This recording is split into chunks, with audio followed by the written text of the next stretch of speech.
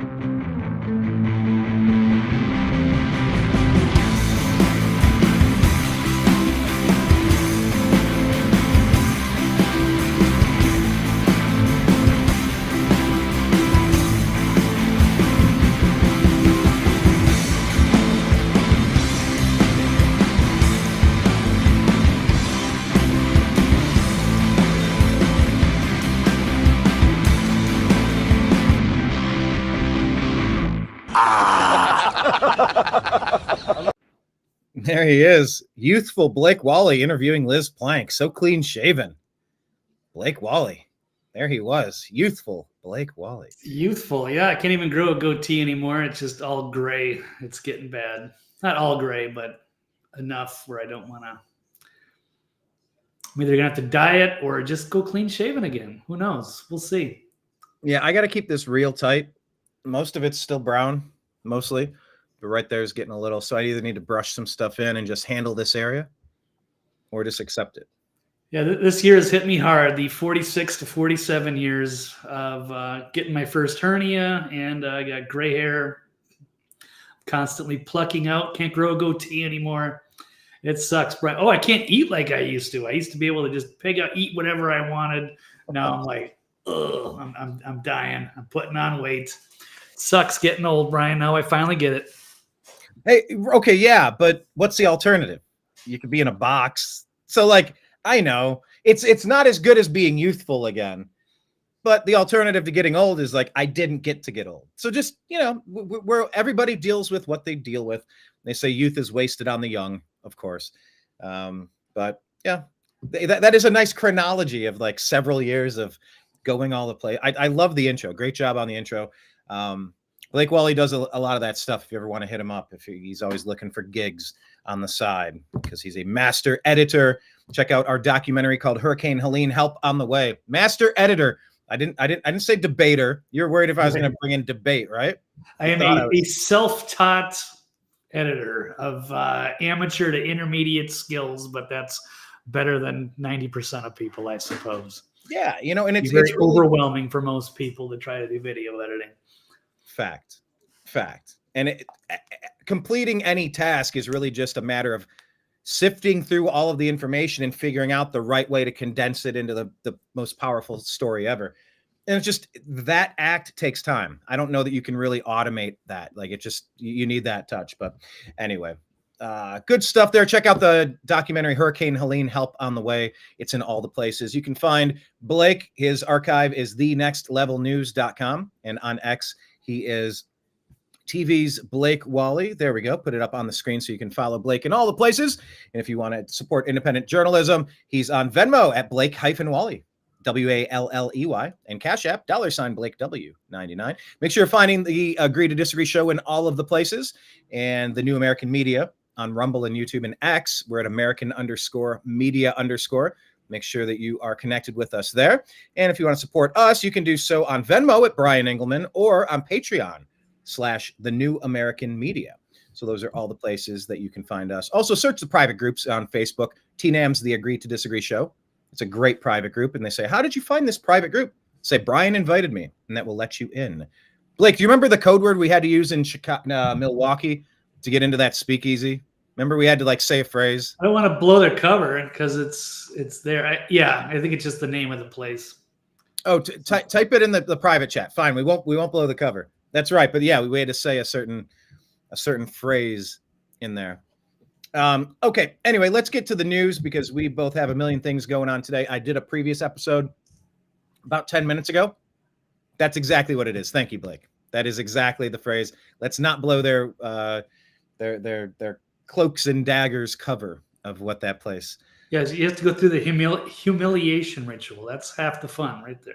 I mean, it's an awesome place, but I don't say half the fun. But that was check out the video. Scroll back on Rumble and YouTube on my channel or Blake's, and you can see we sit down with Jim Hoft of Gateway Pundit inside that location. Really interesting place.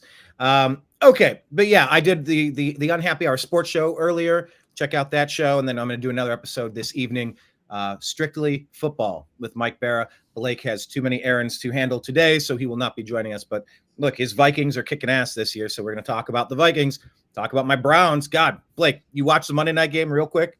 Did you see the Browns and Jameis and 500 yards and Jerry Jeudy going bonkers? That was a wild game from the Browns, even though we lost. Yeah, it was. It was actually a pretty entertaining game. We weren't really sure what to expect. It was the Browns are on Monday Night Football prime time. But no, that's pretty good. Yeah. I mean, Jameis Winston, he's an exciting player. I don't know if he's ever going to be an elite quarterback. He's the same guy he was out of Tampa. Slings it around, and sometimes too many to the other team, which happens. But you can't say it's not fun to watch. Yes, the Jameis experience, like the Jimi Hendrix experience, the Jameis Winston experience, definitely interesting. All right, let's get into the top stories of today's program.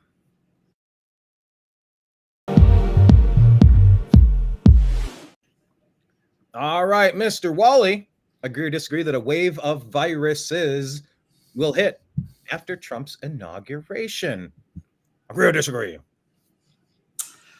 I'm going to say agree, only because it seems like it's been predicted by an insider, perhaps leaking information. It's very suspicious. We'll go to the creepo vaccine pusher. What's his name? Peter Hotez. Let's see if he's one of the. And look, there's a piece of advice that Scott Adams gives all the time. He puts a really good program together. If you've never heard it, Coffee with Scott Adams. But he said it's a repeat mantra of his. He says, you don't need to know the story all the time. You need to know the players. You need to know who they roll out to give you specific storylines. And here are the marching orders. Here are the talking points. When you see someone like Hotez come out, when you see an Adam Schiff come out, you know exactly where this is headed. And you know that it's a premeditated situation. So, Blake, take it away. Well, maybe people remember back in 2020 with Fauci, and he was kind of caught after the fact. People were digging through his old videos where he was talking about how there might be a surprise outbreak. And we certainly got a big surprise during that Trump administration with this COVID thing, which clearly leaked out of a lab, and they tried to blame the wet market. They did that for quite a long time, but then that narrative doesn't hold much water anymore. But anyway, it's a side issue. We'll talk about Fauci later in the broadcast. But for now, we do have this guy who's prominent, who's they use for credibility to push vaccines, especially on kids, unfortunately, which Ugh. it's debatable whether they actually needed this one. I'm not criticizing all vaccines, but I'm certainly skeptical that the COVID was a danger for them. It certainly didn't appear to be, but they certainly pushed them anyway. So vaccine researcher Peter Hotez, who previously called for Joe Rogan to be censored for COVID misinformation, predicted that a wave of viruses would hit the U.S. after Donald Trump's inauguration. That's so interesting, Blake, because let's go back and look. Was Joe Rogan wrong about a lot of stuff? Seems like he was the victim of a smear campaign like they did to Trump. Yeah, they went after him pretty good, and he ended up being justified for everything. I mean, they went out of their way to smear him. Even CNN doctored the video to make him look like he was green. Like, it was like, come on. And they called the ivermectin, they called it like horse paste, or injecting bleach. All this misinformation that they were actually pushing, and it ends up that Joe Rogan was spot on. And Peter Hotez doesn't look so good. He doesn't look very healthy either, but that's a side issue. But here, let's hear him in his own. He looks like a cornered rat. Yeah, I guess that's fair. Yeah, something's off. He doesn't look like he's. Here's the reason why. I don't know. He's got a different look, but good for him. But here it is on his MSNBC making this shock announcement. Here's the reason why we need to care about this stuff, Nicole, is that we have some big picture stuff. Nicole Wallace, the intelligence operative masquerading as a journalist, Coming down the pike starting on January 21st. Mr. Bloomberg mentioned H5N1. That I'm really worried about. It's all over wild. Hold on. Have you ever seen the skit from Saturday Night Live, and it's Nate Bargatze, and he's playing like the George Washington character, and sitting around the campfire. That was like an instant classic, right? There's like, I'm going to pick a nice round number, 15, however many. 5,280, Brian. That's how many feet are in a mile. How many quarts are in a gallon? It's got to be something. How many quarts are in a gallon? Nobody knows. Right. How many yards are in a foot? Nobody knows. Or nobody knows. Why would this guy, this Hotez, why would he pick, I don't know, I'm just going to throw a random dart at the board. It's all going to start January 21st, 2025, as soon as Trump takes office. Like, where do you pick that number? Out of a hat? This is bullshit, Blake. These people, Blake, talk me off the edge here. This seems obvious. Yeah, he's obviously has internal dialogue with people behind the scenes, just like Fauci does, or Bill Gates, any of these kind of people that are involved in this. And, sometimes you forget what you're supposed to disclose or what not to disclose. And I think this was a slip.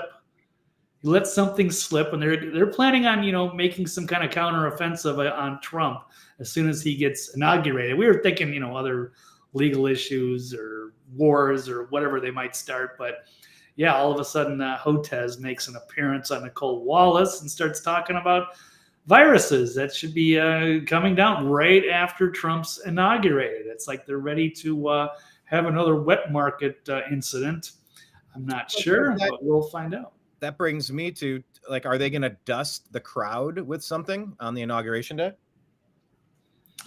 I don't know if they would go that. That's pretty risky stuff. I don't know. You're aware of the Tuskegee experiments, right? You're aware of what the United States government has done inside of cities. Yeah, I think that was probably easier to get away with. It was like, black men in a lab, like back in the 1950s or something. That was a while ago. That's true about Tuskegee. That is true about Tuskegee, but there have also been various cities where they've unleashed stuff over the cities just to kind of see what happens. Oh, that's weird, because it would just happen the other day. Bill Gates was talking about that. Like, India was like a place where they could test stuff. So yeah, it is correct. They probably tested in Africa or India, but maybe they'll do it here. Who knows? They're pretty bold and they're desperate. And Blake, on top of that, they've also said that they want to put vaccines inside of our food so that we're force vaccinated, put it in the water supply. Find ways to get people these things, even if they explicitly do not want them. It's to force it inside of them, just like Harvey Weinstein, just like what they lied and accused Trump about doing. Everybody drink. Anytime Brian says Harvey Weinstein, they're going to put something inside of you. All right. No. Blake, it needs to be explained that way. He wants to force this thing inside you.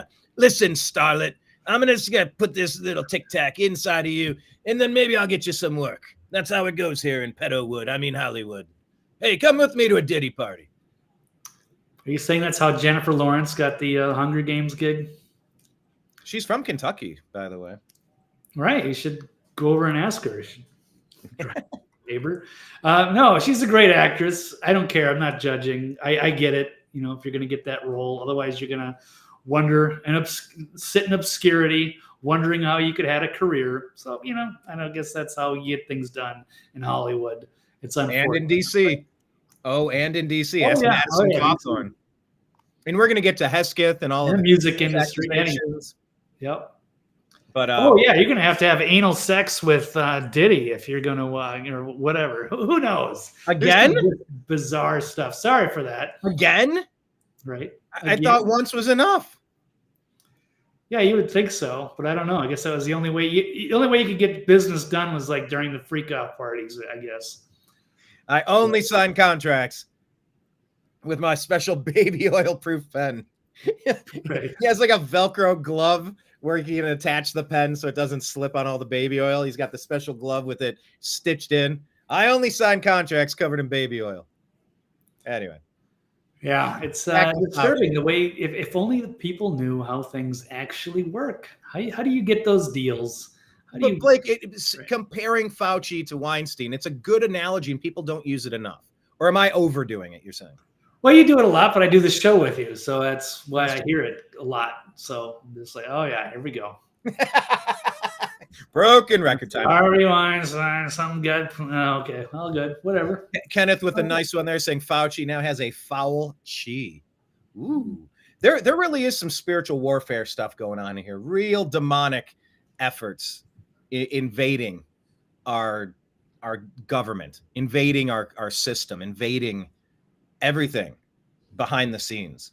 And Harvey Weinstein. Yeah. So anyway, Fauci has a lot that he needs to answer for. And I think this next administration, look, RFK Jr., Blake, he wrote the book on Fauci. He wrote the book exposing who this guy is and all the corrupt stuff he's been up to and how he pushes stuff for financial gain and how they cover things up, efficacy and side effects.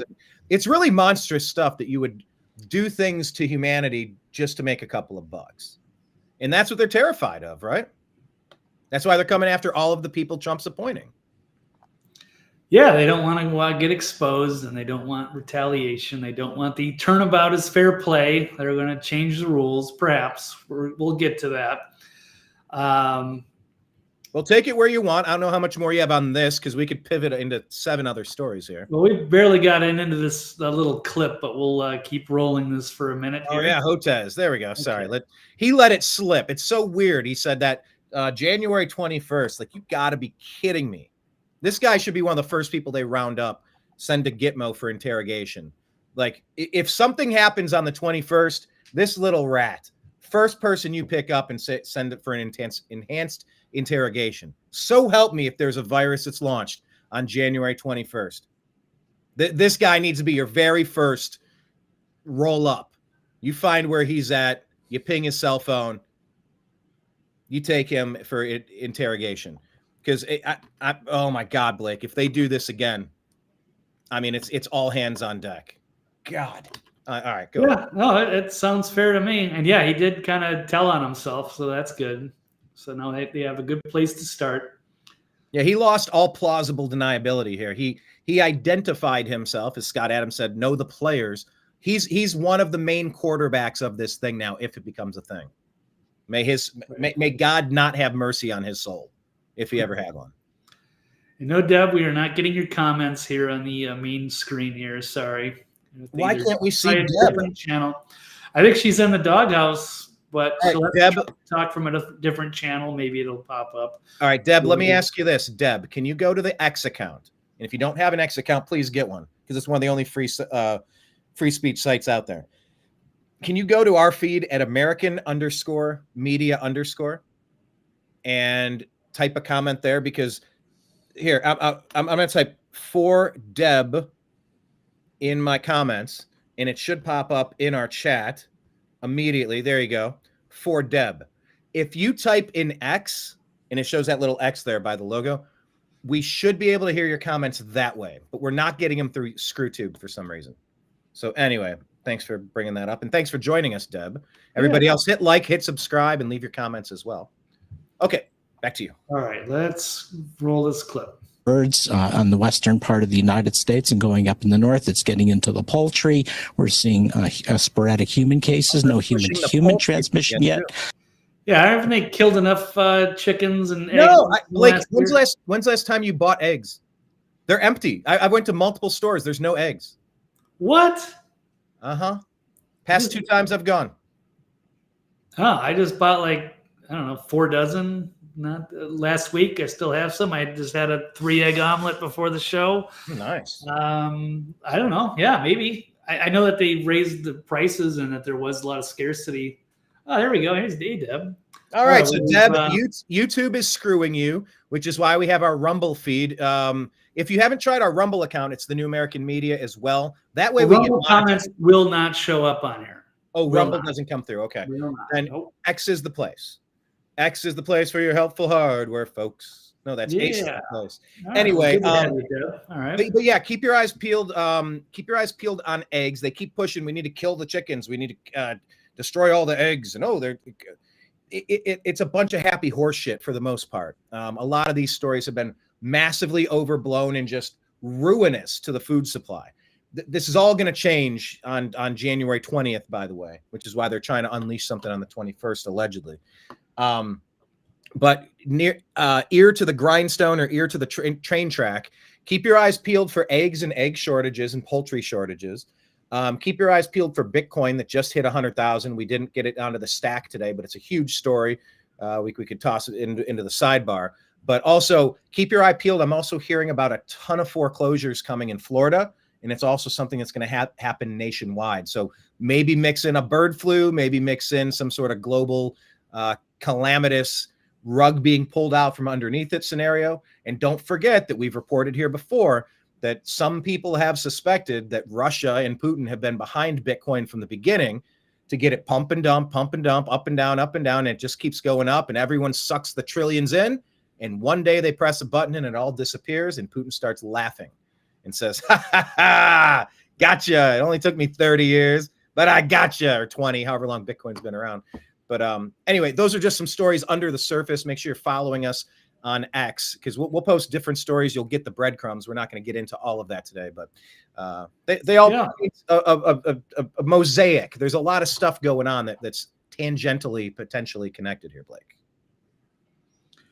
Right. Well, that could be the ultimate rug pull, right? Somebody was saying that too, about like Satoshi. We'll just say if it was Putin or Satoshi or whatever, just to dump all that stuff on the market. It's a big rug pull. Oh, there's a big rug pull story later with Haliey Welch, the Hawk Tuah girl, pulling a big crypto scam the other day. Ooh, okay. Well, we'll get to that in a minute. Let's wrap this guy up. I can't stand looking at him. I can't get through 5 seconds without jumping in and yelling about this guy. But I will try to shut up and we'll give it a shot. Okay.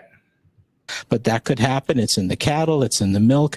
And that's just the beginning. We have another major coronavirus likely brewing in Asia. We've had SARS in 2002, SARS-2, COVID-19 in 2019. And SARS my God, Brian. in 2002. Right. He's referencing SARS in 2002. It's like, look, this stuff happened, so we're going to do it again. All right. Anyway, maybe I'm reading too much into this, but this guy just really irks me. Yeah, no, this is very disturbing and alarming. So we shall see. But yeah, sounds like there's a lot. He is really pushing the fear here, and everything. Our entire food supply is contaminated with new COVID variants. We shall see. And we know these viruses are jumping from bats to people thousands of times a year, but there's still more. We know that we have a big problem with mosquito-transmitted viruses all along the Gulf Coast, where I am here in Texas. So we're expecting dengue and possibly Zika virus coming back, or a Puche virus, maybe even yellow fever. And there's more. Then we have all this sharp rise in vaccine-preventable diseases going up because of, in part, the vaccine preventable, as though it's like a miracle. I mean, they do some good, but to say that they're like infallible is ridiculous, or to suggest. And by the way, they're surprised that third world eradicated diseases are popping up. I wonder why. You put 30 million illegal alien invaders into America, bringing God knows what from God knows where. We can't work jobs, work in the military. We can't travel freely. We can't do much of anything for a couple of years without being tested, force vaccinated, damn near. Make life uncomfortable, says Fauci. Make life uncomfortable for them. They'll take it. They'll stick it right in if I say to stick it right in. But then they're going to put 30 million unvetted, untested people just dumped across the country for our already stressed healthcare systems to handle for free, to bankrupt our coffers.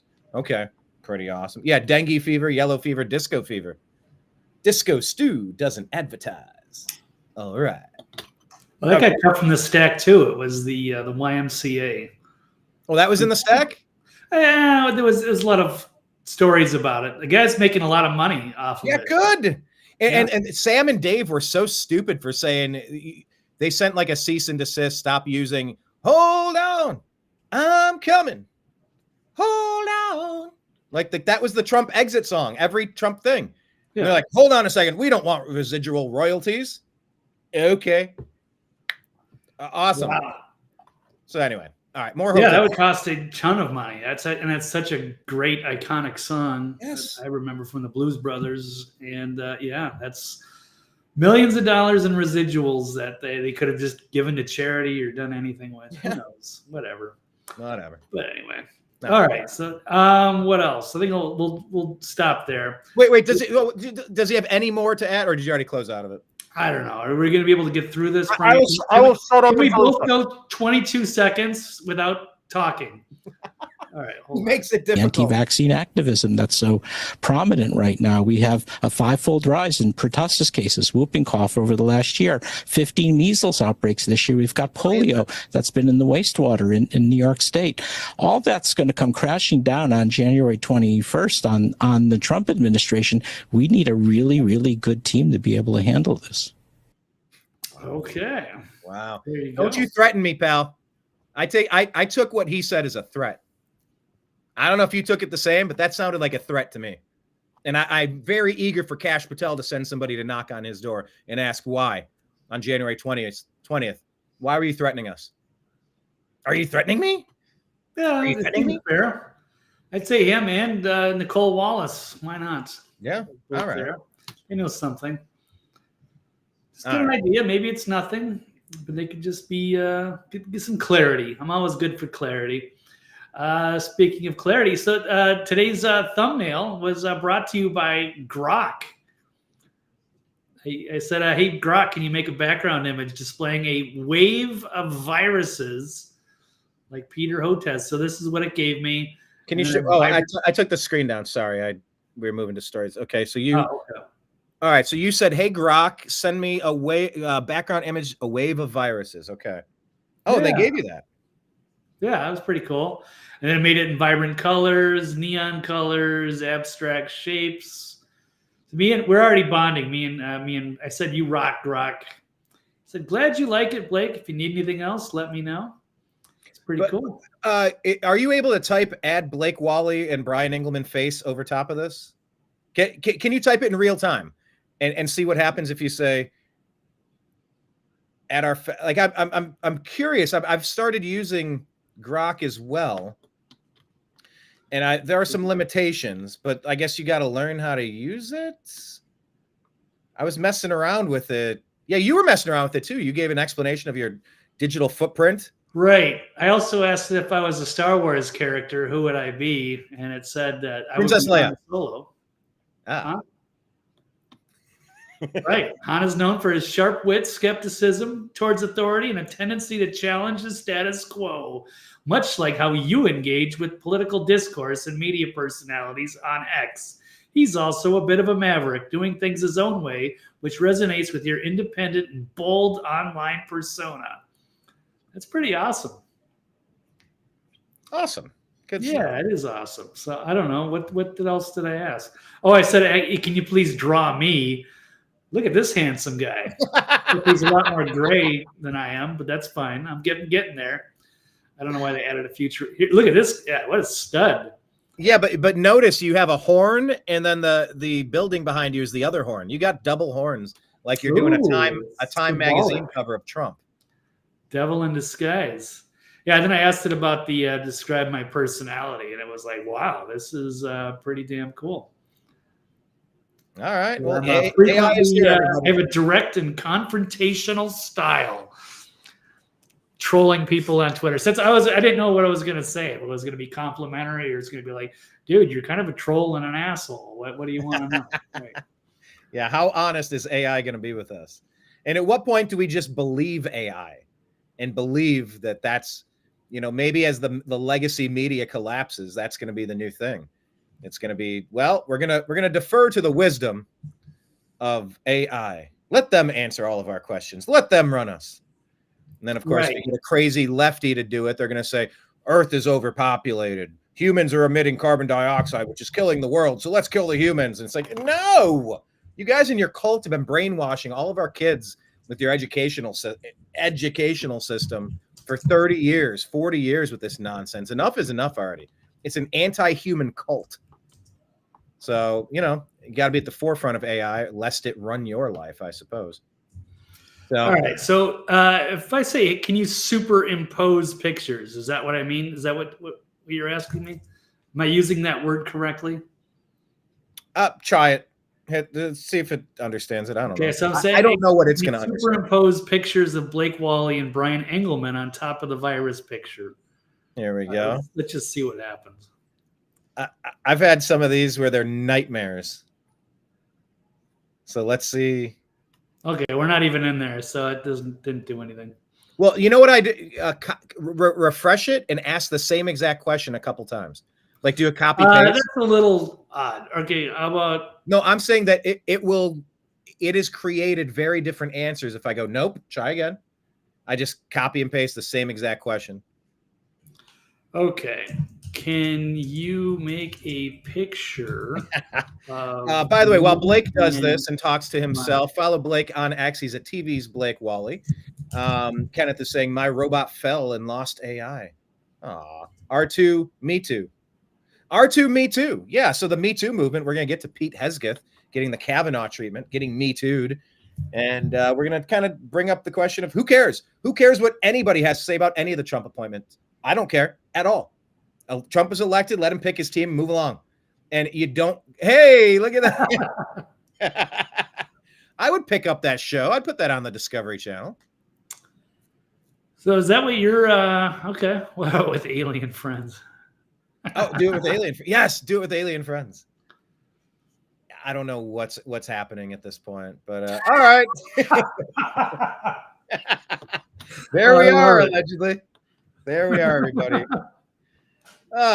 God. All right. That'll be the new thumbnail from now on. All right. So, but we do appreciate it. I always love the thumbnail, and I like when Blake takes a moment. Also, we tried to start a segment called Blake's Bad Breaks on the football world, but we don't have that in front of us now. But I like the segment where we break down the thumbnail. Right. To talk about the thumbnail because they are fun. Okay. All right. Let's pivot. Ready to move off this story, Blake? Sure. All right.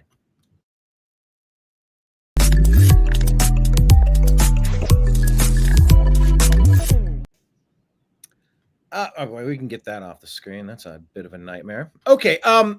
Blake, you tell me where you want to take it. We could go any different direction. We've talked about pick one. I got 6 stories. Hegseth. Let's talk about Hegseth because we talked about him. And of course, we got to get some more info on the UnitedHealthCare assassin. I reached out to a prominent producer friend out there. Blake knows this person, but I will not divulge who this person is. But New York based, and talking about this situation and about how, by the way, it didn't make our stack again, but Daniel Penny is still on trial by New York. A good guy, getting kind of railroaded, getting the Kyle Rittenhouse treatment. And it's kind of discouraging people to stand up and protect their community. This is the exact opposite energy we need in America. We need more energy in this country. But like, I guess the assassin's gun, it jammed. And the conversation that this person had was back and forth about, like, would somebody jump in to stop an assassin? Nobody's jumping in with a gun. It's like, well, if you don't prosecute people who restrain the crazy guy who's threatening everybody, worrying an entire car of people on the subway. Yeah, I mean, this is the unintended effect here. But anyway, Blake, let's get to Pete Hegseth being Kavanaugh'd by the deep state, or R2 Me Too'd, as Kenneth was saying. Let's talk about him being Kavanaugh'd by the deep state. I mean, I guess they gave an inch on Gates, and now they're going to try to take every candidate out. Why is anyone in the Trump administration listening or giving half a shit? Why don't they just do the recess appointments? Every single one, recess appointments. Yeah, well, that's untraditional. I don't give a shit. You did everything untraditional to Trump for 8 years in a row. Doesn't matter. Ram it through. Landslide, popular vote, electoral vote, Supreme Court, go, go, go. I don't want to sit around. I don't want to waste any single day, let alone a month, in undoing all the catastrophe that the third Obama term has caused. Sorry, Blake. All right. Well, you did thing, and then I was going to give my thoughts later, but I couldn't even get to it. It just blurted out of me because it's irritating. It's irritating. Sure. I probably have to, do this one quickly because I probably am like lower on time today, but there's not much, to go on. They are attacking him. I think they had to remove Gates. I think he had a lot more issues that they didn't want to be publicized. So that's why he didn't fight as much for him, is my guess. Now, the Pete Hegseth stuff, I don't think is, I don't think there's much to it. I mean, they're trying, like, he was like drinking a lot on the job at Fox, but like nobody was named. There doesn't seem to be a lot of credibility. There's rumors of him a sexual assault at a hotel, but that sounded like it was covering up some kind of an affair by this woman. And I don't even know if it was actually Pete. And she mentioned that, he didn't have any tattoos when he clearly has like huge tattoos all over his chest. So I don't know. I mean, I could criticize Pete Hegseth for a number of things, not, a number of things, but a few, but it doesn't seem like there's much to it. So they're trying to just manufacture something, a big controversy out of nothing. I don't think there's anything to this alcoholism stuff. So it's pretty desperate. Now, what did he serve in? Was he a Marine? What was he? I don't actually remember. I know he's just military, but clearly it had. I wouldn't think military. I'd say Army probably over the Marines. He went to Princeton. He was a National Guardsman. Served at Guantanamo Bay and in Iraq and in Afghanistan, but why is it not showing which branch? That is National Guard then. There's Army, right? But it's showing, okay, U.S. Army. You're right. Okay. Yeah. Anyway, whatever. Who cares? I mean, Blake, are you of the same mind? Just ram everybody through, recess appointments, put Congress out of session, and then just in between, put everybody in for as long as you can, and just, here's our team, go. Like, these are advisory roles. It's not like they get to, I don't know. This is a major position. So, I mean, this is a huge, huge promotion for Pete to be in charge of it. That's a lot of people that he would be in charge of. So I get it. It's very important. You got to have the right person. And then, of course, Ron DeSantis is the potential backup here, but I just don't think there's much to the story. Again, like with Kavanaugh, like they were trying to like really dig way into the past just to find anything, to find some reason to get rid of him. It just, at the end of the day, it didn't work. And so, but it worked on Matt Gaetz. I'm sure Matt Gaetz had a history of being sort of this, kind of a frat boy, and without getting into all this stuff. And I think that they manufactured the story with him and that minor. I don't think anything actually happened with that. I think they were trying to set him up, and they certainly tried to extort his family over that. but I think there's enough other issues and he's messing around. Maybe he, had those 18-year-olds he was paying Venmo, and not even if it's illegal, it's still just kind of inappropriate for a high-level person in law enforcement to be messing around like that. Not that it's illegal again. So I like Gates. I was hoping he'd get that position, but I think there was enough on him that they didn't want to be brought to light, that they just had him, dismissed him. And he can still play a key role somewhere, somehow, whether that's taking a Senate position or some other outside role. He's going to be fine. I thought I saw somewhere that he said, I think he was talking with Charlie Kirk on Real America's Voice, if my memory serves me correct, maybe a week ago, maybe more. I think he was saying he's not going to go that path. He's going to stay in the private sector. He's out of government. And it's just such a weird thing. Why would he resign if he was then going to resign? Or is there even worse stuff? Like, it was a deal cut? Like, hey, if you just go this way, well, I don't know. There's more going on. I don't understand that story. Yeah, there's much going on. They don't want it to be brought to light. What if he was? What if he was banging 18-year-old hookers? Like, cool, he's allowed to. They're adults. It's consenting. It's consensual, but you can't be the attorney general. Tell that to the Kennedys when they were there in the 60s, although we know how that played out. But I don't know. I mean, what's the difference between dating and not dating? And dating when you have money and you're like, hey, let's go have a good time. Hey, all right, put me on a vacation. I'll have a good time. You go date. You skip to sharing a hotel room together. I mean, like, I don't know. Some of it's, I don't know, whatever. But back to Pete Hegseth.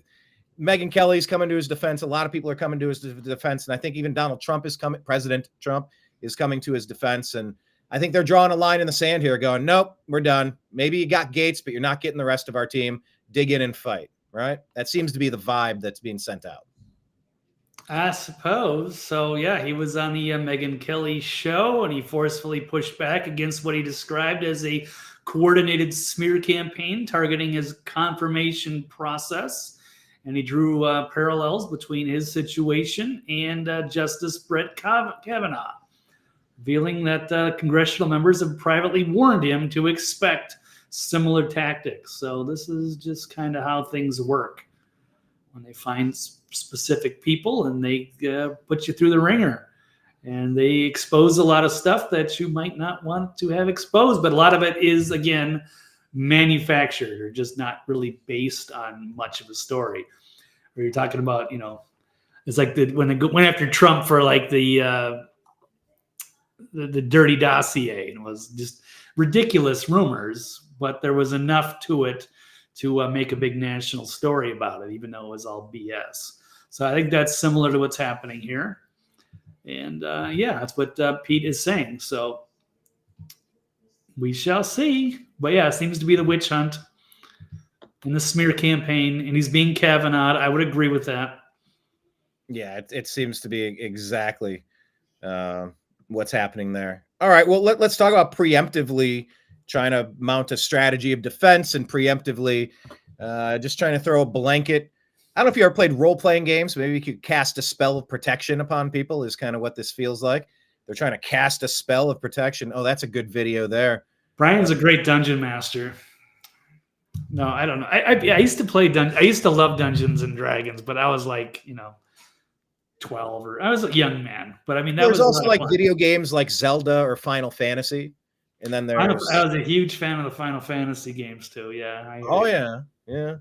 Back in the day. But casting a spell of protection, that's what these pardons are all about. And these stories are coming out now asking if Biden should preemptively pardon select politicians. Blake, would you agree or disagree? Or do you think it's possible that Biden has such a grudge against Kamala and Obama at this point, maybe Pelosi, because they staged a coup to basically overthrow him from running a second time, that maybe he will definitely not choose to pardon them so that they can go after him, especially now that Hunter has got a pardon and now he cannot plead the fifth. If he pleads the fifth, they can throw him in jail like they did to Bannon, like they did to Peter Navarro getting a chance to serve again. But I don't know. Where do you break this down? There's a lot to unpack here. Well, I'm not a legal expert by any means, but I'm curious about the pardoning. I would have just assumed that, like, when you pardoning someone, it's like because they're convicted, they're incarcerated, they're in prison, and you think the sentence was too harsh or they weren't that bad or whatever, and you want to release them from their criminal activity, which is happening with Hunter Biden. He was convicted of this gun crime, and so now they're overturning that. But I don't understand the whole, how do you pardon somebody if they haven't been technically convicted of a crime? Right. So it's not like they're in jail and he's going to release them all, like the J6 people. That would be one thing. Those, you pardon them because they've been suffering. They're sitting in a gulag, being tortured. So how are these people? They're free people. They've been accused of a lot of shit. And there's a lot of things that should investigate, but can you just blanket pardon them for anything that they might have been involved in? I'm not the legal guy. It just sounds ridiculous on its face. So how do you pardon somebody who hasn't been right? I'm sorry, finish your last point there. No, I was repeating myself. It's like, how do you pardon somebody who's not convicted? But that's the question then, is that what was going on? Because how many shows have we done yelling at the TV? Why are you not impeaching Biden? Why are you not charging? Like, why are you not going after him? And then maybe now that you're thinking about it, it's like, oh, well, yeah, they need to wait until they're in charge and then they go after them. And so they know what's about to happen because they went after Trump in a way that was so disgusting, so unconstitutional, civil rights violating, treasonous, staging a coup over and over to frame him. I mean, Hunter Biden's getting pardoned for the laptop that Trump was impeached for exposing, involving all the Burisma, the Hunter Biden, the money laundering stuff. It's just, we're living in an upside down bizarro world here, Blake. It's beyond the pale what's happening. And they're trying to do unusual techniques to try to protect themselves. But you're right. They haven't been charged with anything. How can you get a pardon for something that you haven't been charged with yet? Yeah. So that's my curiosity about that. Maybe I'm being foolish and naive about the legal system. I don't know. But yeah, these people, and they shouldn't have the power to even do stuff like that. I mean, maybe if they want to take a Hunter Biden, I don't know. I disagree with a lot of that, of what's going on there. This blanket immunity over all of this things that are over a decade worth of crime. That seems a bit much too. But anyhow, so this is the latest controversy, is that Biden is considering preemptive pardons for Fauci, Liz Cheney, Adam Schiff, or who knows, Adam Kinzinger. There's going to be a lot of people that could potentially be targeted. Here's what it is. Here's Representative Brendan Boyle, who's saying Trump's choice for FBI Director Kash Patel has openly published an enemies list of people that he and Trump plan to investigate and prosecute. And so he's calling on President Biden to issue a blanket pardon for anyone unjustly targeted. Why would they be unjust? What would they have to be afraid of? Like, this is just all hypocrisy by this vindictive scheme. I mean, what Adam Schiff did a shitload of damage, and Anthony Fauci, they did an incalculable amount of damage on the Republic, on the United States, targeting their enemies. Mm-hmm. And we're supposed to just give them blanket immunity for everything? No, I don't think so. So I don't know how much this will hold up. How much can you I don't understand how this whole pardoning system works and what you can pardon people for and how much that can cover, and they're untouchable forever. I don't understand all of this, but I'm saying I'm trying to make sense of it. I'm not, and it just seems like they're just protecting criminals that were taking advantage of the kleptocracy. In furtherance of that, I'm just kind of playing out. Well, what if Biden withholds pardons for the people who staged the coup to overthrow him, and maybe he's got something in place with Trump? He's met with Trump. They've sat and talked. Trump likes cutting deals. Would you tolerate dealing with Biden to go after Obama, who's really the snake at play, who's been pulling the puppet strings all this time, and Pelosi, Kinzinger, Cheney, everything they did to frame Trump?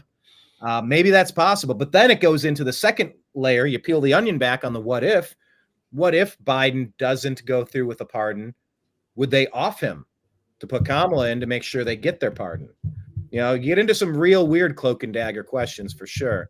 But that's why Kash Patel, knowing the FBI's dirty secrets, is so important. That's why they're terrified of him. And you know what? When you're a dirtbag criminal, you ought to be terrified of honest people, good people trying to do the right thing, people that are directionally correct 98% of the time, and you kind of give them a little bit of leeway, a little bit of slack. You're not voting for perfect human, especially as a Christian. You know that there's no such thing as a perfect human being. Allegedly, there was one, and they strung him up on a cross and killed him because of it. They didn't like that very much. There's no perfect human to make it through the Senate debates or to get through the confirmation on Trump's cabinet picks. There's no perfect human. But if you're directionally correct on most of the important stuff, that's who we want to follow. Kash is directionally correct on most of the important stuff, Blake. Right. And if, the perfect human came back, if Jesus came back, I think Netanyahu would probably persecute him. Catching strays. Benji catching strays out of left field. Blake Walley. Yeah, there you go. All right. Okay. What else do we want to cover on this one?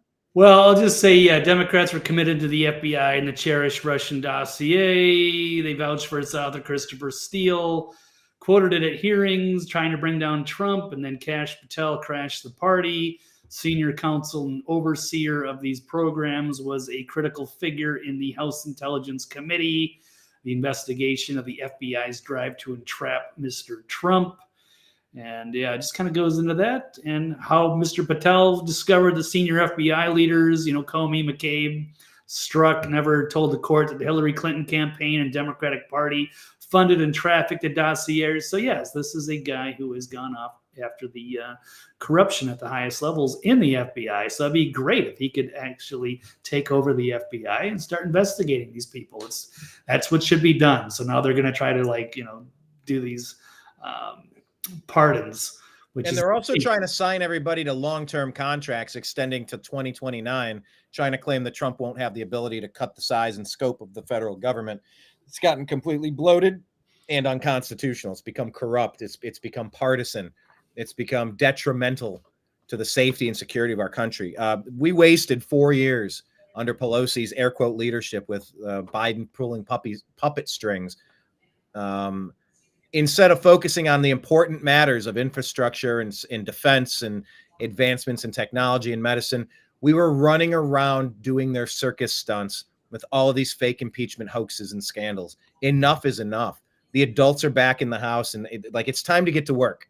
It feels so different this time around.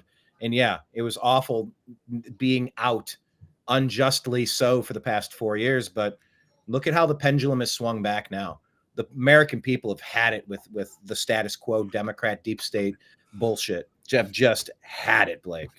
But maybe Keith Olbermann, maybe he hasn't had it. That's a great still image there, by the way. Yeah, that's a great. Count on Keith for the being a voice of reason. Yeah, Keith. Right. People tell me you should stick to sports and just don't get into politics. I'm like, well, if Keith Olbermann, all right, that's not a good example. Yeah, he's lost his shit. Too bad. But yes, he's cheering this idea of the Hunter Biden pardon, and admits there are 10 million other people who Biden should also pardon. So he kind of indirectly referred to the people as criminals, or at least it was mocked on X. So leftist maniac Olbermann admitted that at least 10 million criminals fill the White House, leftist prosecutors' offices, and the media, calling on Biden to pardon everybody that Trump might pursue. So let's see. It says, pardon Hunter, great. Now pardon everybody else. Yes, every prosecutor, every Biden administration staffer, media figure, everybody. That's 10 million pardons at least. And so Gunther Eagleman called him out and said, are you admitting that there are 10 million criminals in D.C.? Do you ever think before you post? And then Elon Musk targeted that and highlighted that comment as Olbermann got burned. But yeah, he's lost his shit a long time ago, and he just gets crazier by the day. And Yeah. so, right. Well, once again, it's a matter of you don't need to know the story; you need to know the players. And you can usually count on people like Keith to come out with the weirdest possible take on every story. All right. Speaking of weird takes, let's talk about this one. This is a huge story, and I don't think it's getting enough attention. Agree or disagree that the risk of child sex surgery is similar to taking aspirin? This sounds very unweird to me. Yeah, there's a couple of things. Two of the liberal leftist activist justices on the Supreme Court have made very controversial statements about there's a major case going on. It's about Tennessee, actually. So Justice Sotomayor compares risks of child sex changes to taking an aspirin. Meanwhile, Justice Jackson compared a ban on child sex changes to a ban on interracial marriage. So J. Matthew Rice, this is Tennessee's Solicitor General, who is defending the constitutionality of his state's law banning children from receiving sex changes or cross-sex hormones and puberty stunters. You can call them child mutilation surgeries that will forever mess up their waterworks and prevent them from having orgasm for the rest of their life. You don't change your sex. You mangle your parts. You're supposed to be loved as you were created. That is a loving message. You are great how you are. And if you turn 18 and decide to go whatever path you want, you may have at it as long as you pay for it. Don't make us participate in whatever you're into. That's between you and your system. That covers the libertarian, do as you want, but it's also protecting kids that can't make these type of life-altering decisions. You know, having the influence of a wacky parent or a wacky air quote educator indoctrinator trying to warp the brains of these impressionable little kids. If they feel a certain way at 18, you can have at it. And I think that's very respectful. And I think it's libertarian. I think you can't call yourself a libertarian if you're not going to protect a minor who can't consent to stuff like this. But I have disagreements with libertarian friends who are pro this. They say this is an attempt to have government tell you what you can't do in the medical field. Like I said, no, it's the opposite. You're protecting kids from getting mangled. So anyway, just hearing sex change versus child genital mutilation, that's what it's called. It's not the right. Well, you can't address the Supreme Court with that. But yes, I agree with what you're saying. And so this J. Matthew Rice has said and asked the court, how many minors have to have their bodies irreparably harmed for unproven benefits? And that's when Sotomayor interjected to say that she's sorry, counselor. Every medical treatment has risk, even taking aspirin. If you want to, we can hear the audio. Yeah. Cannot eliminate the risk of detransitioners. So it becomes a pure exercise of weighing benefits versus risk. And the question of how many minors have to have their bodies irreparably harmed for unproven benefits is one that is best left. I'm sorry, counselor. Every medical treatment has a risk, even taking aspirin. There is always going to be a percentage of the population under any medical treatment that's going to suffer a harm.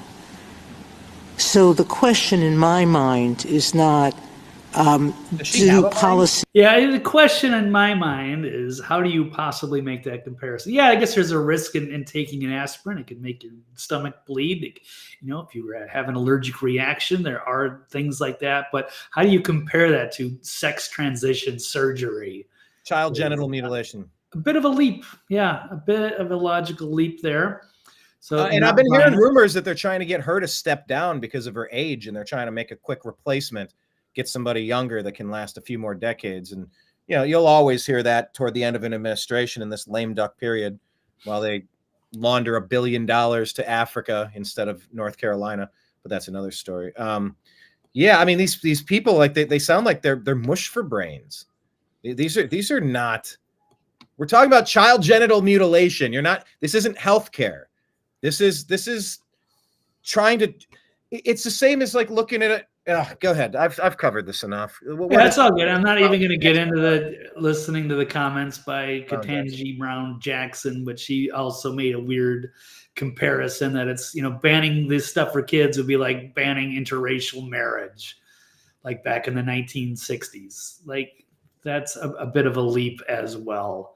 Yeah, we've come a long way. There's right and wrong, and that was a wrong that was righted, but this, I don't think you're ever going to justify this.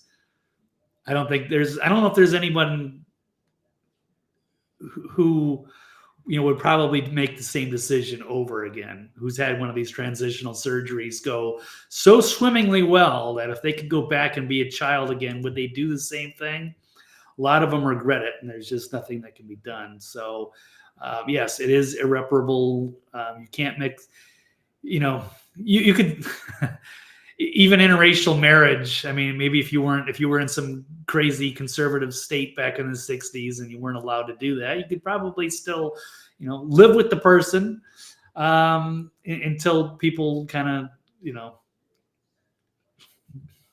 didn't have those hang-ups. But anyway, that's really about all I've got on this. Is the absurdity from these leftist activist judges. And of course, we had the showdown before with another person from Tennessee, Marsha Blackburn, putting this Miss Jackson on the spot by providing a definition of the word woman, which she also could not, and said, "Oh, she's not a biologist." So yeah, so much for that Harvard scholarship. Kenneth saying you're given a pole or a hole. Stick with it. Yeah, I mean, at least as a child. If you then are able to you can tattoo your whole body. You can't get tattoos when you're 7. Like you just don't do that. You don't get face tattoos at 7 years old. These are lifetime decisions a kid cannot make. You protect them from indoctrination, from any sort of outside influence trying to do that. All right. Well, I just, you got to protect these kids. They're Munchausen syndrome. Eminem raps about how his mom would try to intentionally make him sick so she could then give him the cure and feel like the hero. Like there's a lot of parents with wacky stuff going on. You see people, the Hollywood stars that'll adopt kids. Oh, look, all 3 of them are trans. Are they? Is that what's going on here? Or is there something going on being pushed by the air quote parent in the room? It defies mathematical probability of, random happenstance. All right. Anyway, that's that. And that's being argued. No ruling on that yet, but it's a highly contested story and we will continue to follow it. Also, another highly contested story here as we wrap up, just another couple and we'll get Blake on the road. You saw this UnitedHealthCare assassin. Some are saying he might be a vigilante hero.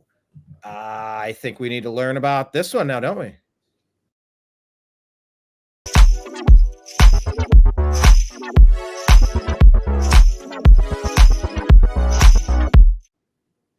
All right, so let's break it down. Detectives are uncovering chilling clue in the CEO's murder. Shell casings found inscribed with a message. Well, then, this seems very specific, Blake. Yeah, some interesting clues. I mean, I'm shocked that somebody could actually get away with shooting somebody in the middle of New York and they don't have any idea or how to follow that. But I guess kudos to the assassin for being able to get out of there. That's wild. But I'm not even sure what side to take on this one yet, as they're still trying to investigate this whole thing. So, interesting clue in the murder of this UnitedHealthCare CEO. The shell casings from the assassin were found inscribed with a message. So, the detectives investigating the Brian Thompson murder have uncovered a potential motive. Shell casings of the crime scene were inscribed with words suggesting that this was obviously targeted. Thompson, who earned $10 million annually, had been with the company since 2004. Fatally shot outside the New York Hilton Midtown Hotel, where he was scheduled to host a conference. Surveillance footage shows the masked gunman waiting for Thompson before approaching and firing multiple shots at close range.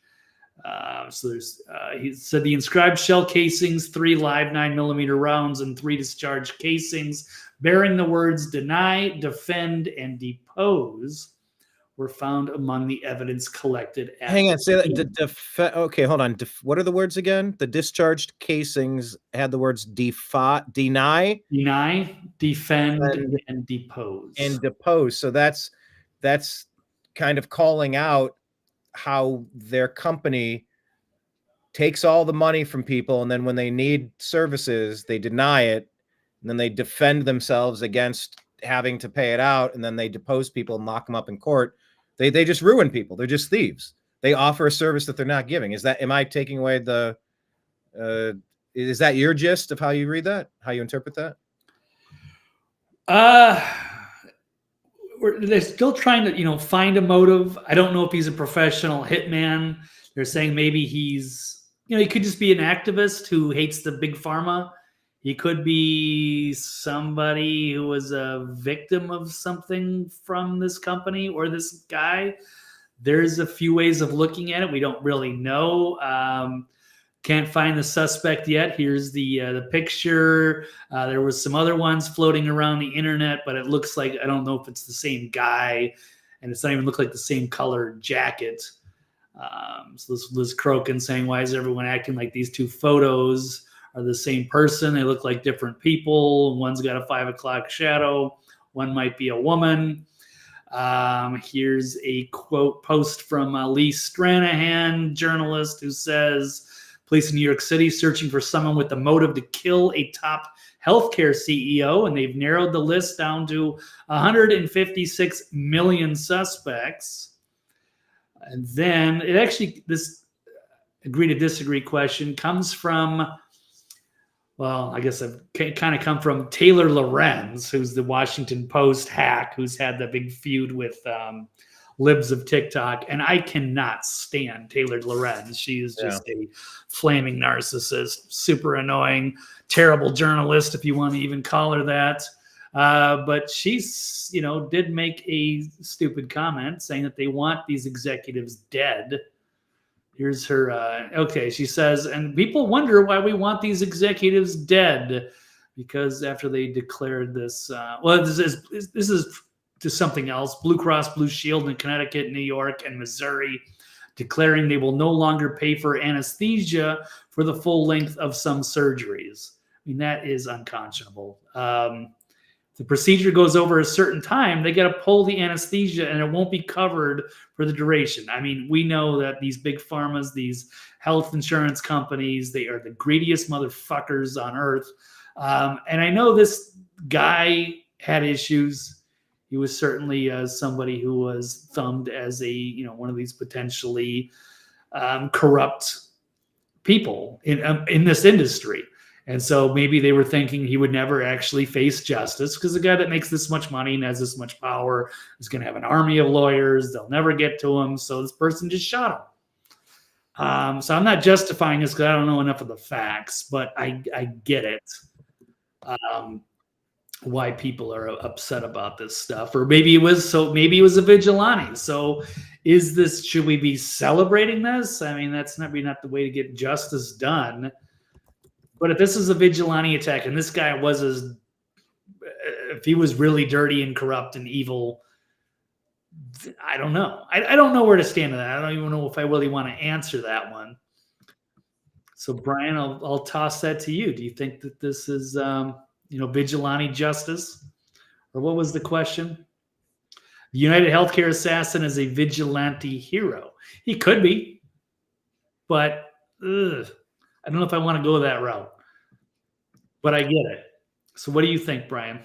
Well, I'm wondering, what I've heard is that he was set to testify, and that is what they did not want to happen.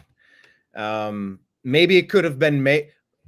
Look, inscribing shell casings has a bit of a same feel to me as finding the passport of the hijacker on 9/11. It's like, oh, you're such a great investigator. Look what fell into your lap. How neatly this package falls into place. How neatly your investigation, it's all wrapped up now. I guess we got that.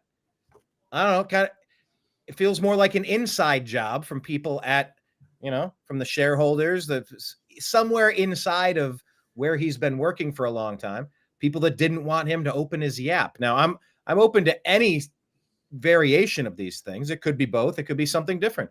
Could have been random, but I mean, inscribing it, Blake, inscribing the shell casings, that just seems a little too perfect. If that happened in the movie, you go, oh, come on. Come on. Stop it. Of course they do that to frame the other guy for this. Find some illegal alien, give him $10,000 and a gun and a directive. Hey, at 6:30, be at this location. When this guy walks out, you pull the trigger, 10,000 more when it's done. All right. And then you go get him. And then when this guy goes to collect his second 10,000 upon completion of it, you off him. Then it's done. And it's crystal cut. Maybe you never catch the guy and you took him out. I mean, they tried to take Trump out in Butler. I mean, these people are getting really desperate and stupid, but they're desperate, stupid, greedy, inhumane people, Blake. I wouldn't expect anything better from them, but I don't know. Like, this story is far too early for me to tell with any certainty. I'm open to any possible interpretation. So you got the video here of what. Yeah. Well, this guy is saying that you would get the perfect assassin would be like a crackhead. Yeah. Let's pull up what he's got to say, even though I think he's been debunked on some of the. He was saying they used the 22, and I'm hearing that it was 9mm. So I don't know, but this is one of the best breakdowns, according to Derek Evans, that he has seen of the assassination. So let's watch this one. So he shoots him through the calf at 15 feet. That's not good. What kind of weapon? Not a is he trained using for- assassin. Yeah, back up a little bit. So the gun is a very small Nor is it like a mafia hitman. caliber, suppressed, looks like suppressed integrally? pistol. Most of the 22 ammo is Whoops. subsonic, meaning it doesn't cross the sound barrier. But what happens is the ammo doesn't have enough to cycle the weapon, so this guy's got to cycle the weapon, right? But you see it jams and he's got to hit the back of the slide. 22 is notorious for not chambering, right? So he hits the back of the slide so it goes in battery so he can take another shot. So that's one of the things you do before you take a weapon out on an op like that, is you fire it a couple times to make sure it's actually tuned up right. So you don't think this was fired before then, is what you're saying? No. No, it doesn't look The like dude it. shooting Or has he's rounds, maybe. zero experience with this. He can't fire the weapon very. I mean, even with 22 at that range, you should be able to pop somebody in the back of the head. Now the gun is based off his shoulders, which is the biggest common mistake I see on the range. Is the gun will stay 90 degrees from the shoulder, but what you'll see is it's low to the eyes. So his first shot, when he levels the gun to shoot, watch my hand. It'll go down. And this is why his first shot shoots him somewhere in that leg. And he immediately racks that slide. Yeah. So he's either an intentional shooter, meaning he shoots a lot and he knows how to perform remedial action, or he expected that to happen. If he knew anything about the gun, he would have practiced this a couple times. Now, I don't think this guy's a pro, and I'll tell you why. If this guy was a pro, just hear me out, I would not have shot from 10 feet away. I'd have walked up, put it to the base of his skull, shot it, dropped him, walked off with one shot. Yeah, like if you're getting paid a bunch of money to assassinate somebody, and this is the CEO of the largest private insurance company on earth, right? He's definitely getting paid to kill this guy. There's no question about that, in my opinion. Then you make sure the job's done. Otherwise, you don't get paid. If I set this up, here's what I would do. I would find me someone maybe with maybe a veteran background, maybe not, just someone, a crackhead. I would hire him for this hit, right? I'd make sure he had the money, the money would be a chump change of what he wanted. I would make sure he had the drugs he needed, and I would pay him in drugs as soon as he was done. He does this act. As soon as he done, I'd make sure he OD'd. Really? Yeah, just push the plunger in, Yeah. Two unrelated crimes, man. This is how they get away with it all the time. They pay some crackhead, and then the crackhead ODs, and no one can ever connect those. That's pretty much exactly what I was saying, Blake. And I pulled up that comment from this producer. It says, I live in New York. I got into a fight with someone yesterday. I want to make sure I covered all the angles here. And after watching this, I just wanted to add the context. It says, I got in a fight with someone yesterday because I was watching the video of the UnitedHealthCare CEO getting shot, and you can see the gun jam up, and it appears to me that the first bullet hit his leg, although officials haven't confirmed if he got hit first in the chest. And I said, if Daniel Penny was there, I bet he would have stopped the gunman. And the person I was talking to was flipping out, saying, no fucking way. No one would interact with the gunman. And you watch, there was a person that walked past that scene after the shot went off, right? Just like, this ain't my problem. I'm not getting involved in this. And that person just casually kept walking. And who knows how we'd react in any of these circumstances. But anyway, the comment continues. I bet he would have stopped the gunman. The person I was talking to was flipping out, said, no way. No one would interact with a gunman. I was like, Daniel Penny was a trained Marine, and as soon as the gun jammed up, he would have took the opportunity to stop him. But now, because of this trial, no one's going to help anyone ever anymore. They already don't. Penny was the 1%, and they're trying to remove that, Blake, so that we don't help each other anymore. Because we're always going to be the first responders. My reply to that was this. I said, every Rittenhouse and Penny story just scares the good guys into second-guessing, hesitating, and empowering demons who prey on abusing good people. I loathe seeing prosecutions like that. The bad guys should be the ones scared to act a fool. But in the Obama-Biden land, almost everything important is completely turned upside down. You were right in that argument. When seconds count, police are minutes away. We are all first responders, and we should be trained to know CPR, Brazilian Jiu-Jitsu, self-defense, grappling techniques, and self-awareness and common sense, Blake.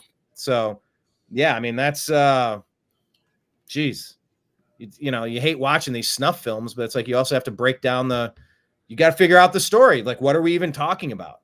Can't talk about it until we understand it, but there's more coming out on that story. If you had to guess, Blake, would you assume vigilante or crackhead, inside job? If you're just guessing, because we don't know, 72 hours, you never know a story. Yeah. Everything is speculation within 72 hours. Please know that about the Agree to Disagree show, the New American Media, Blake and myself. It's all speculation for 72 hours. But if you were guessing, Blake, $100, you got to place a bet. What do you think it was? Vigilante, definitely. Vigilante. Okay. All right. Individual who wasn't paid to do this. I doubt it. Well, it was bullet justice on his own for whatever reason we don't know. But I'm going to say it's an activist who's disgusted with big pharma, corruption, healthcare, and he had some motive to do that. No, that is highly. Yeah, we're a professional. Exactly what that guy said. Shoot him right in the back of the head. That's how they do it. And all the good fellas. Maybe he's a younger guy than us. Our generation, right? We're watched all the good fellas and the casino and stuff like that. Yeah, you just there you go. Shoot him right in the back of the head. Done. Or the Irishman. It's all the same stuff. He fell weird. Yeah, from The Departed. All right, final story here in the stack. As we're gonna keep following this, of course, because we all know somebody who's been screwed over by this health insurance system. It's bullshit. Like, it completely needs to be revamped and redone. I don't think you can open America to the third world and let tens of millions of people in to just demand health care and we're supposed to pay for it. But at the same time, Americans should have access to health coverage and a healthcare system that just helps the people who have the right to be here to get helped. Call me crazy. Take that billion that Biden stole and money laundered through Africa, give it to North Carolina and our healthcare system. So I don't know. I'm definitely going to follow this story because there's more that they're covering up here. Very curious to see what happens. Speaking of covering up, here's a girl that was uncovered with just a, hey, what's going on video? And it got kind of funny and it made all the rounds on the interwebs, Blake, the Hawk Tuah girl, Haliey Welch. But now she may find herself in a bit of hot water. Do you agree or disagree that Haliey Welch, the Hawk Tuah girl, deserves to be assassinated outside of her hotel room? Deserves prison time. What say you, Blake? I'm going to say no, but I don't think she masterminded this crypto scheme. So I don't know if you were going to talk about that, Brian. Yes, Bitcoin did hit 100,000. I'm a big crypto guy. That is exciting news. And I'm also well aware that there's all kinds of rug pulls, and I have been victim of some of those too. You never know, especially with these shitcoin casinos and the just the meme coins that pop up every fucking day, and most of them are going to go to zero. So sometimes you want to, they pump up. There's excitement. You want to get in early, and then Sometimes you make money, and a lot of times you don't. And this Pump and dump. This was one of the most blatant rug pulls that's ever been done. And So that's yes, Haliey Welch, got her 15 minutes of fame, but she is really milking that. She went from that kind of embarrassing man on the street in Nashville, where I don't know how embarrassing it was. I think she's out having a fun time and having fun with someone. I have fun with a million people a million times, and I think we should. I don't know that it was embarrassing. I think well, it was like asking your, a sexual question to like a 22-year-old, and she comes up with that answer, and then it's the Hawk Tuah thing. And I remember when that was first trending, and it was like first trending. Yeah, so it's weird. You don't want to get labeled with something like that. Oh, you're the Hawk Tuah girl. You're the slut who's spitting on whatever. I don't want to be careful with my language, but yeah, spit on that thing, penis, whatever. And that's good for her. I don't care what she does. Well, for the people that don't know who this is, yeah, that's what the Hawk Tuah girl is. Tuah. But yeah, she was involved. She's using her fame to push a crypto coin. But a lot of these people, especially these little celebrities, if you want to call it that, aren't familiar with the industry. And they're just kind of being manipulated by the people around them. Like, yeah, we're going to start a coin. Like, hey, Brian, let's start an unhappy hour coin. Let's do the Brian Engelman coin. This has been in the works. I've had many conversations about a TNAM coin, about all sorts of stuff. Yes. Okay. Yeah. Don't do that. No. Why not? Why not? It's just let's get the tokenomics straight, and you're not if you're not with people that are honest, and they're going to show you how it all works, you're going to end up you're going to get your calls from the SEC or what have you, and you could be going to jail. The people that are around her, and a lot of these people are, mysterious people behind the scenes. And in the crypto world, they use their little NFT avatars, and you don't know who they actually are. So, according to Nuance Bro, she says, from the Barstool Sports, saying the Hawk Tuah girl launched a meme coin. Everybody lost their money. People want her thrown in jail. Nuance Bros says she should probably go to jail at this point. She should have never gotten involved. But she's naive, 22, probably doesn't know how this stuff works. Thought it would be great to have her own coin, but then the people that are around her set it all up as a big rug pull. It was like they made $2 million in about 10 minutes. 96% of the supply held in one cluster. You definitely want to stay away from these type of events. Dave Portnoy also pulled this out because CoffeeZilla went after her in a Spaces and called out all of the criminal activity, which was pretty funny. If people want to, we're not going to listen to the 5.5-minute clip. Just showing these scammers getting called out on their BS. So, what else? Yes, this is her. This is her Twitter profile here, and it was funny. Here we go. She was trying to. She's been promoting this coin for the last couple of weeks. Okay, y'all, drop your Solana wallets. I'm giving out some meme coins for free. Coming to you December 4th. Okay, well, that was yesterday, and she was pointing out the Hawkonomics of how this would be set up. And now it made it look like, people were investing into this thing. It was a super, super risky investment, and over just some ridiculous, she's a meme of herself, a caricature now. But it ended up being BS. And it was funny seeing that the community notes were calling her, saying the team and insiders have actually been selling their tokens since launch, and a majority have never purchased anything and have only sold the tokens that they were given. Haliey is lying and will likely have to talk to a judge about this. They've been running that. It's pretty funny. Right. So 96% of the Hawk supply were in 10 connected addresses before the launch. Here she is. My Hawk meme coin is live! Oh, yeah. My Hawk. So people all aped in. And within 20 minutes, it pumped and dumped. Did you say aped in? Yeah, if you ape into a coin, That means you throw a lot of money. You splurge at something. It's like a hot new meme coin, and you want to get in and early. That's how you do it.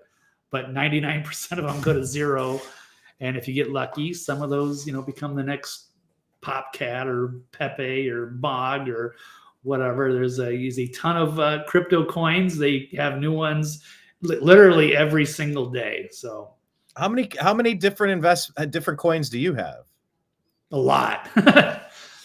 I have a lot because there's a ton of them on Solana.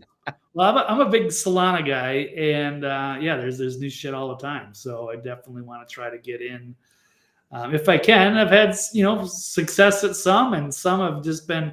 I've been a lot of big rug pulls. It just happens, and you think, oh, this is gonna be a new one. I got like Rocket Cat here. Let me ape in, throw a couple $100 in there, and then all of a sudden, like, oh, it went to 400, and then you look the next day, and then it's like $30, and you're like, damn, there you go. They got my money.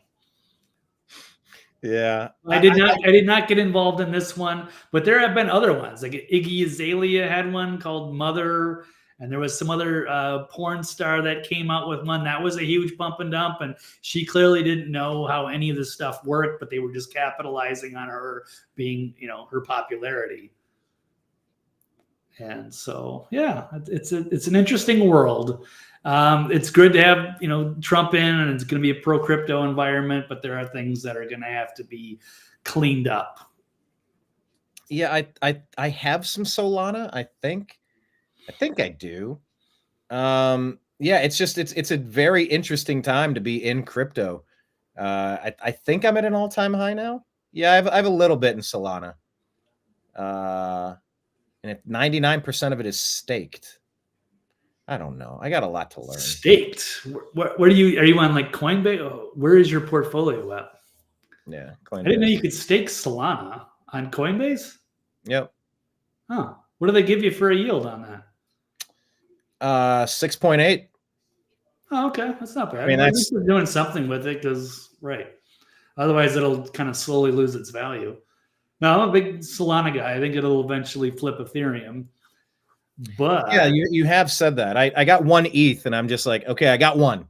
I don't want to sell it. I don't want to trade it. I don't want to use it. But like, if you hold and hold and hold, and eventually it's not worth anything, then maybe I should have. But I don't know. I have one. It's nice to have one of something.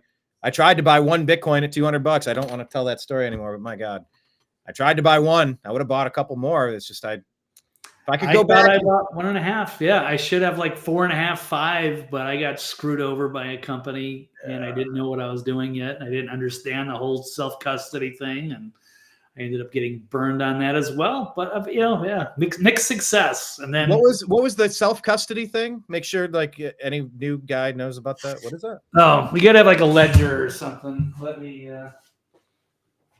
All right, Blake's checking that out. Make sure you follow. I got it right behind me. Oh, there we go. Get one of these things. It's Ledger. It's a hardware wallet. All right, your feet are so down. What is it now? See, all your shit is sitting on Coinbase. So if Coinbase ever froze or whatever, they have your assets, right? Blake's connection is lost. Okay, back now. Can you say all that again? Go ahead. Try it now. I think it's your connection. I think when you got up, it messed with the signal. Oh, okay. No, if you're going to get into crypto, if you're in it long term, you definitely want to have it in self-custody, which, have a hardware wallet or something like that. You don't want to leave all your money sitting around on an exchange. Yeah. Coinbase is pretty safe, and that's kind of where I started and had stuff. But if you're going to actually use the crypto, if you're going to use Solana, use Ethereum, stuff like that, you got to be pretty careful, because there's a million things that you can click on a link that's going to, steal your money. You got to be careful out there. So it's good to have kind of that second factor security with the hardware wallet. But I can walk you through that another time.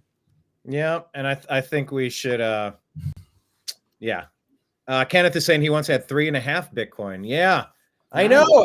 Look, as well as crypto does, and as well as I've done in it, I should have done better. I should have done more. I wanted to do more. I just, when you don't know what you don't know, and I don't know. I didn't know either, because when I first got in, I got it's a lot of Ethereum, but then I was like, I think Solana might be the big winner here in the long run. So I ended up getting rid of all my Ethereum, and changing it for other stuff that's done a little bit better, but you never know. So, and I held on to XRP for year after year after year when it was tied up in court cases, and now XRP is doing really well, which is nice to see. And I don't they know. exploded in the last couple of weeks. It's kind of weird because a lot of the real crypto people don't take it that seriously, but no, not really. Well, yeah, that's one that I would love to see go to 1,000, 100,000. I got a couple of these coins. Anyway, yeah, it's just interesting to watch the rise and fall of crypto. It is like an ocean current. It ebbs and it flows. Okay, Blake, the current of this show has pretty much wrapped up here. Any final thoughts, any tidbits on our way out the door, good sir? No, I think I'm good. I got some errands. I got to run. Well, we've already done an hour and a half, so I think that's plenty. That's all I wanted to do anyway. 90 minutes. Perfect. Life is grand. Okay. We rocked it. We rocked it perfectly. Make sure you follow Blake on X. He's at TV's Blake Walley, and on Twitter and at thenextlevelnews.com. And if you want to contribute to independent journalism, he's on Venmo at Blake-Walley. And he's on Cash App, $Blake W99. Blake is still trying to consider if he wants to go to DC for January 6th or January 20th. But, we shall see how that plays out. Blake's still thinking about it, but now he's getting more settled into home and kind of settled in, which might facilitate. He's got stank face, kind of like, I don't want to, maybe I should. I know what Blake's going through because I'm kind of doing the same thing. It's like, I don't want to do. Should I? Do I need to? But we'll figure it out. Yeah, listen, baby. Maybe if I can make a bunch of money on these Solana meme coins, I'll consider it. We need. We also need to link a crypto wallet so people can donate crypto. How do we do that, Blake? Let's figure that out. I think I have it on my website. I'd have to double check it, but let's check it. Let me see if I can send you something. I don't know how to do that, but let's try it. Let's test those out because people like us and people like us going to these places, so we have more to talk about and more shared experiences and whatnot. But yes, we appreciate everyone who participates in the show. And Blake, thank you again. Go do all of your errands and chores. We'll see you next Tuesday, 3 p.m. Sounds good. Thank you, Brian, Kenneth, and everybody and the archive listening later. Love you all. We'll see you next week. Take care. Future listeners. Thank you, Blake. There he goes, everybody. TV's Blake Walley. Make sure that you're following him. Also, find the New American Media on X at American_media_. We're on YouTube and Rumble under the New American Media. We're on Truth Social, the New American Media. We're on Facebook, the New American Media. We have a page and a whole bunch of groups. Search TNAM. Search the Agree to Disagree Show. We are on Signal and Telegram at TNAM and TNAM Chat. Find us there. We're also on where is this on at? There you go. Spotify, the Unhappy Hour Sports Show and the Agree to Disagree Show. Get both of those. Subscribe. We're on Patreon, patreon.com. If you want to donate, that's always appreciated. Patreon.com/the New American Media. PayPal at Fuzz Installment. That was the other one I was trying to remember. At Fuzz Installment through PayPal and at Brian Engelman on Venmo. Special thanks to everyone who participated in today's show. Kenneth is saying he still has 1 Bitcoin. That's good. Yeah, Blake, no breaks. Walley, he's go, go, go. Blake the face. Walley. All right, everybody. Thank you again. I'm going to hit reset and come back in about 14 minutes, maybe 13 minutes. And we're going to do Strictly Football with Ancient Aliens. Mike Barra, he's been on there. But he's going to be doing Strictly Football every week this week. We cover what we saw last week. And we prognosticate. I was 8-8 this week on my predictions of who was going to win each football game. I'm doing a little bit better. Also a little reckless, picking some underdogs. But, that's kind of half the fun of this. TNAM and Scram, indeed. All right, everybody. We'll talk to you again in a few. Appreciate you. Love you.